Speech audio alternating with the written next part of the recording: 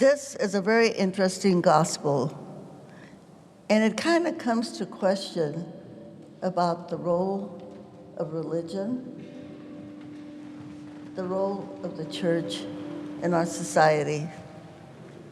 And at this important moment that we are living here in the United States, we need to ask that question. The role of religion, the role of the tax collector. And when we think of the tax collector, we are thinking about money and what money plays as a role in our society. I have recently started reading this book called The Open Veins of Latin America. If you haven't read that book, I really recommend it to you. It was written by Eduardo Galeano, an author from Ecuador. And in that book, Eduardo Galeano talks about what happened in the Americas when the Europeans came and occupied and plundered the riches of Latin America, and how all of that gold and silver and jewels went to Europe. And this is, of course, what made Europe strong and wealthy. Yes. And the slavery that the indigenous people of Latin America and Central America suffered. But unfortunately, countries like Spain, they were not able to really take advantage of all of that wealth because they were so busy fighting wars, doing the Inquisition at that time. And so even with all the wealth that they had, they couldn't take advantage of it.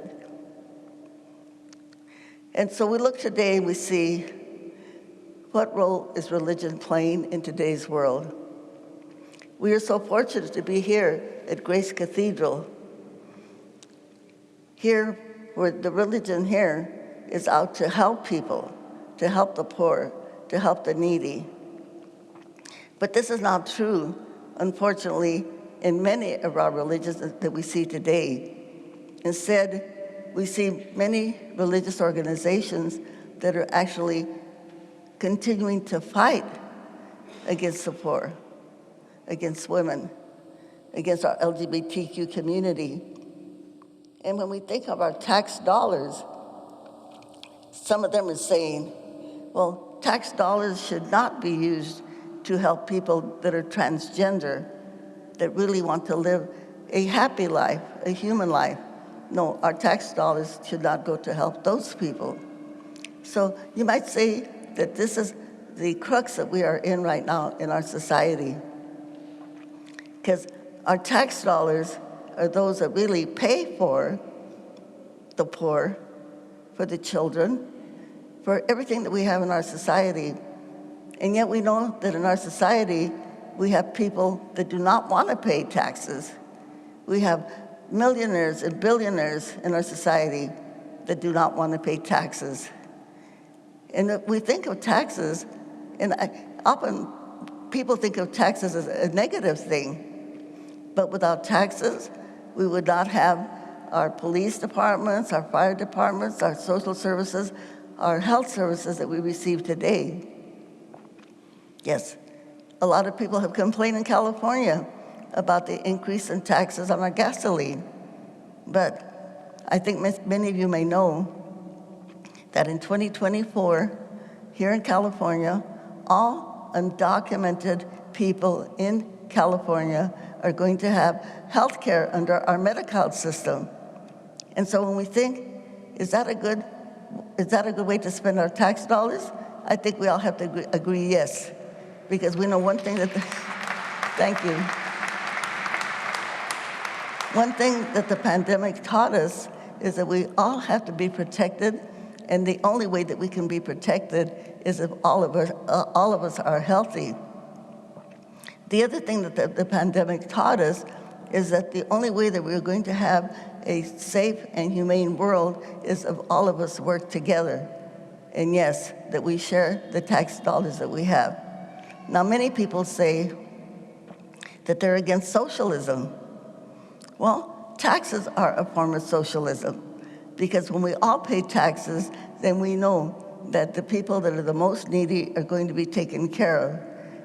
And so we have to do more to make sure that the billionaires and the millionaires pay their tax dollars also, because that's the only way that we know that all of us can be taken care of, but with our tax dollars. Our Social Security is socialism. Many of the things that we have in our country, public education is socialism. And then when we think of how are our tax dollars going to be used in a way to help people, then we have to think of governance of the people that we elect. And so it's very important for us to combine those two, the issue of how our money is being used and who are the people who are going to be elected to appropriate the money, the taxes that we pay. There's been a lot of talk recently during the pandemic about essential workers. So, okay, who are our essential workers? They're the policemen, they're the firemen, they're our health workers. And sometimes when they make that list of essential workers, they forget to mention one group, and that is the farm workers. And yet when we think of who are the most essential workers of all, they are the people that feed us. Don't you agree with that?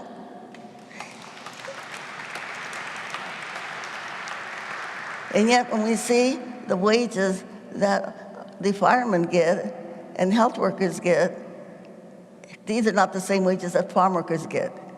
Farm workers, and many of these farm workers that I mentioned, are really the indigenous people that were affected by the conquest, of the Americas. So these are the kind of the wrongs that we have to right in our society.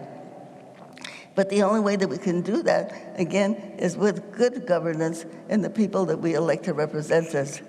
So we have to think of tying all of these things together and knowing that all of us working together, that we can create a better world for everybody, again, with our taxes. I want to mention one other thing, too.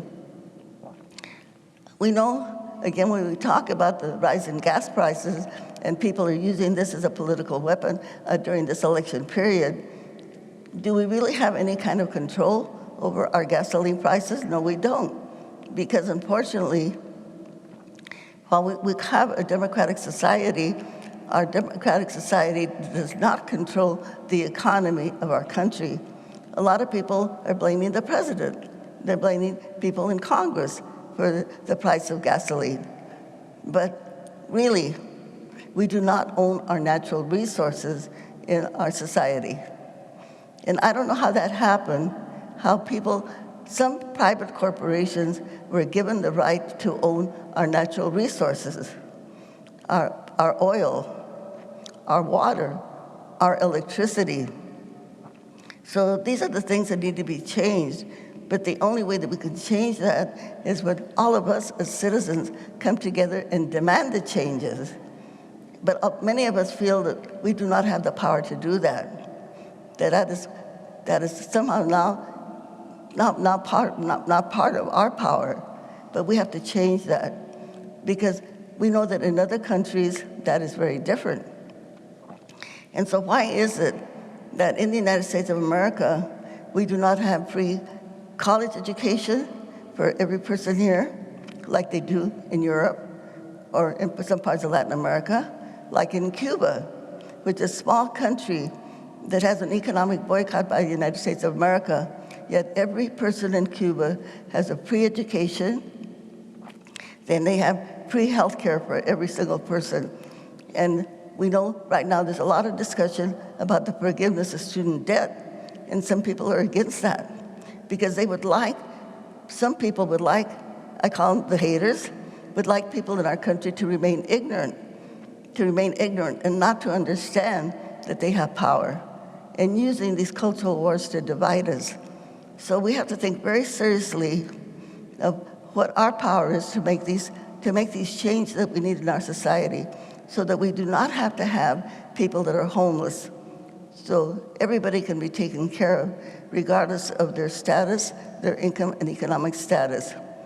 So I just want to say to everyone, think of this parable.